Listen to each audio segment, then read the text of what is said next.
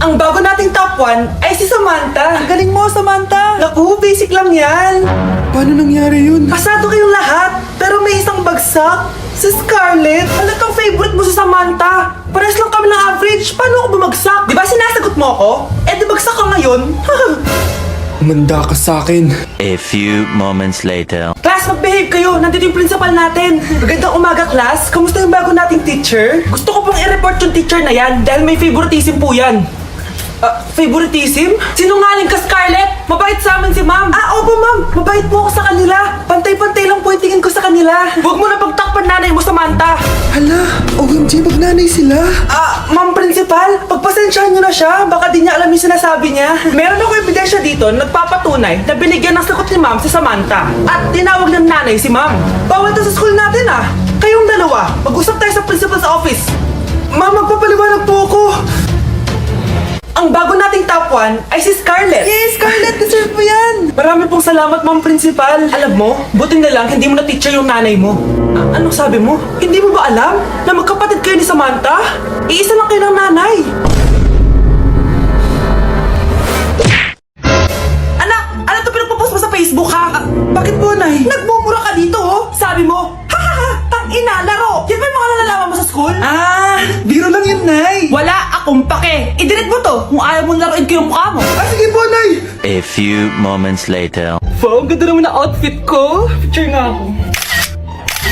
Anak, ano naman itong pinost mo? Bakit ang ikli na shorts mo? Ang ganda ko dyan, no, Nay? Akala mo kinaganda mo yan? Ang pangit. Baka bastos ka ng mga lalaki. Grabe ka naman, Nay. I-delete mo yan. Next time, magpajama ka na lang. Yung tago lahat, pati mukha mo. Wow! Thank you so much, Mommy. You know that I love chicken nuggets. Ay, di pala chicken nuggets to. Pero sarap. May day ko nga. Ano? Ano naman itong pinost mo sa Facebook?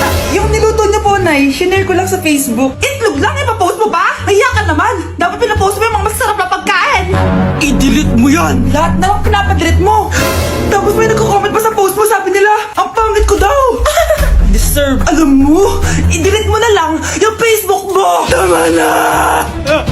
I-delete mo na para tumimik na yung buhay ko. Eh, kung wag ka kayo mangyalab, sigurado tatahimik buhay mo. Akin na yung phone mo. Ako na lang mag-delete. Bakit kita i-delete kung pwede naman kitang i-block? Hindi mo na makikita yung mga post ko.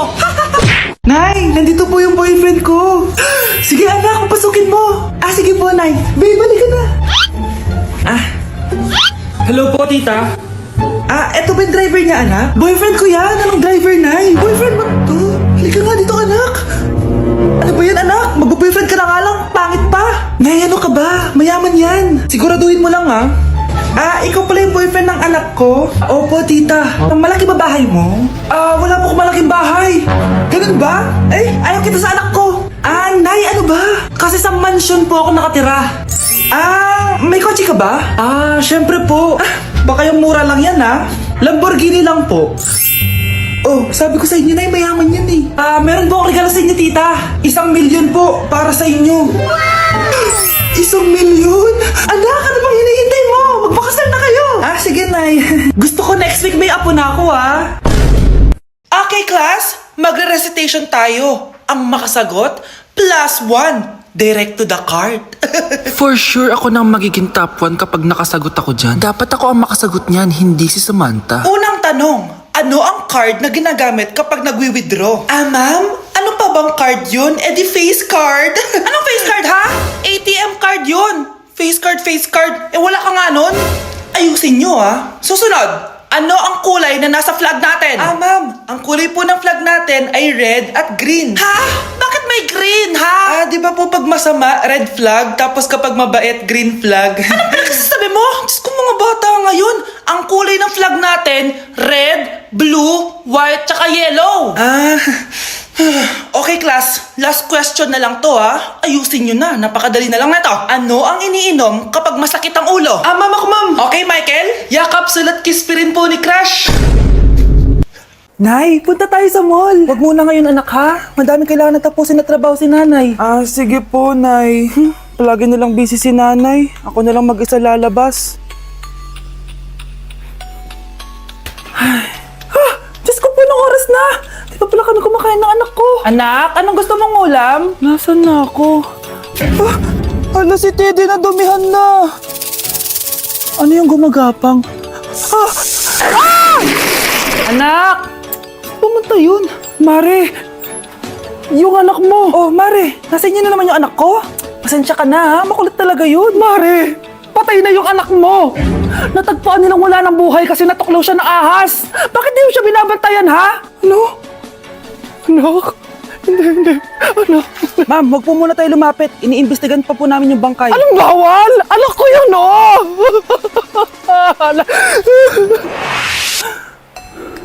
Nay, punta tayo sa mall. Anak, buhay ka? Sige anak, labas tayo. Punta tayo ng mall. Yay! Pumunta kami ng mall. Oh anak, nag-enjoy ka ba sa mall? Opo, Nay. Nag-enjoy talaga ako. Kaso, nagugutom na ako, Nay. Kumain ka na, anak. May tira pang pagkain dyan sa lamesa. May aasikasuhin lang ako trabaho, ha? Sige po, Nay. Ang sarap! Salamat naman at nabuhay ang anak ko. Anak, tapos ka na ba Anak! Anak! Anak! Ayoko mawala ka ulit sa akin! Nay, punta tayo sa mall. Bumalik na naman ako. May sumpa ata tong kwintas na to. Kailangan kitang itapon para tumigil na tong sumpa na to.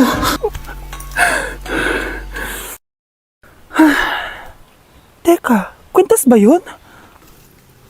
Sino naman nagtapon itong magandang kwintas na to? Sayang. Akin na lang. Tumatawag. Hello? Hello ma'am, kayo po ba yung nanay ni Samantha? Nabangga po kasi siya. Kailangan Ano? pumunta dito sa ospital. Nasagasaan anak ko!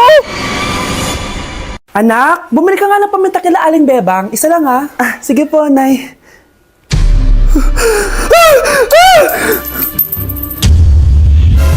Nay, itapon mo yan! Ikakamatay natin yan eh!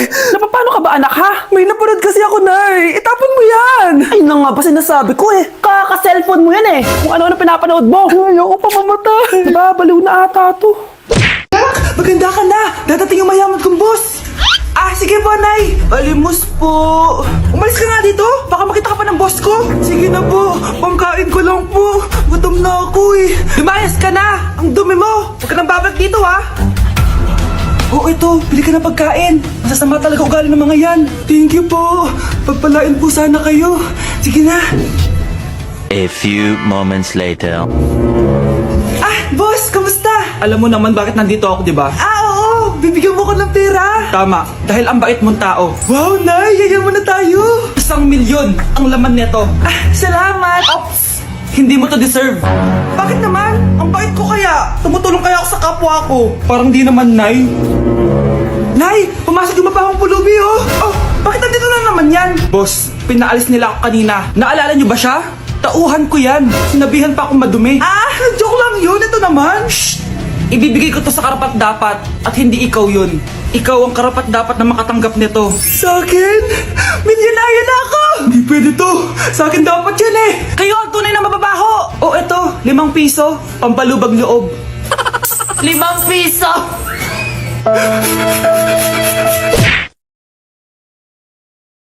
Anak, pupunta dito yung mayaman mong tita.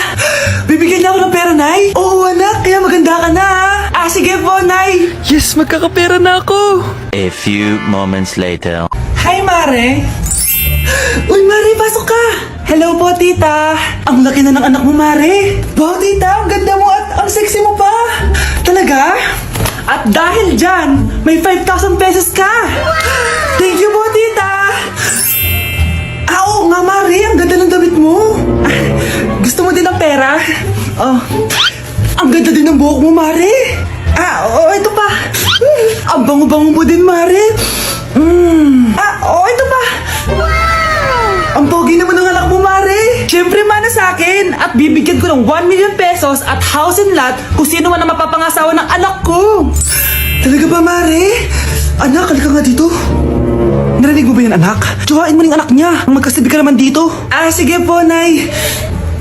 Ang gwapo mo naman. Pwede ba kitang tsuhain?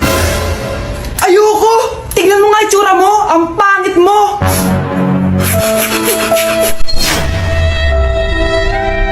Ate, pwede mo ba ako tulungan sa module ko? Kita mo nagbebebe time ako, di ba? Maghihiwalay din kayo. Che! Babe, di talaga ako mabubuhay nang wala ka. Cringe. Saksakin kita dyan eh. Ano, babe? Saksakin kita ng pagmamahal ko, babe. Baliw! A few moments later. Nay, pwede mo ba akong tulungan sa module ko? Grabe na talaga, Mare. Ay, may ginagawa ko, anak. Wait lang. Darling? Yes, darling? Tulungan mo nga yung anak natin. Kaya niya na yan. Apakatamad mo talaga. Ikaw ba, puro chismis ginagawa mo eh. Aba, tulungan mo na. Parang di mo anak yun Talaga, di ko naman anak yun. Winawash mo talaga ako, no? Di doon ka na sa anak ng kapit mo. Okay, sabi mo eh. Di dyan ka na sa ampon mong anak. Ampun lang ako. Di magsama kayo ng kabit mo. Sige, maghiwalay na tayo. Sige, maghiwalay tayo. Sinong tinakot mo? Tama na. Sinungaling ka, Nay. Tinago mong ampon lang ako. Anak, sorry, tinago ko sa'yo. May kabit ka, Tay. Niloloko mo kami. It's a prank!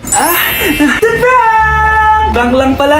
So, di totoong maghihiwalay kayo, Nay? Oo, anak. Hindi kami maghihiwalay ng tatay mo. Ay, salamat naman. Pero totoo yung ampon ka talaga.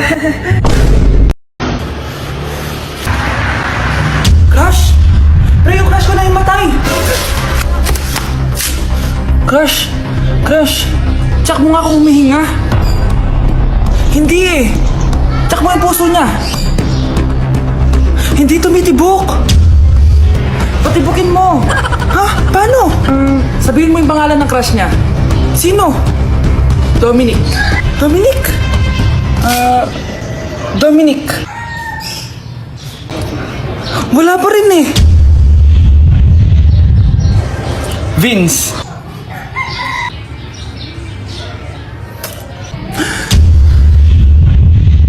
Kinikilig ako kapag ika'y nakita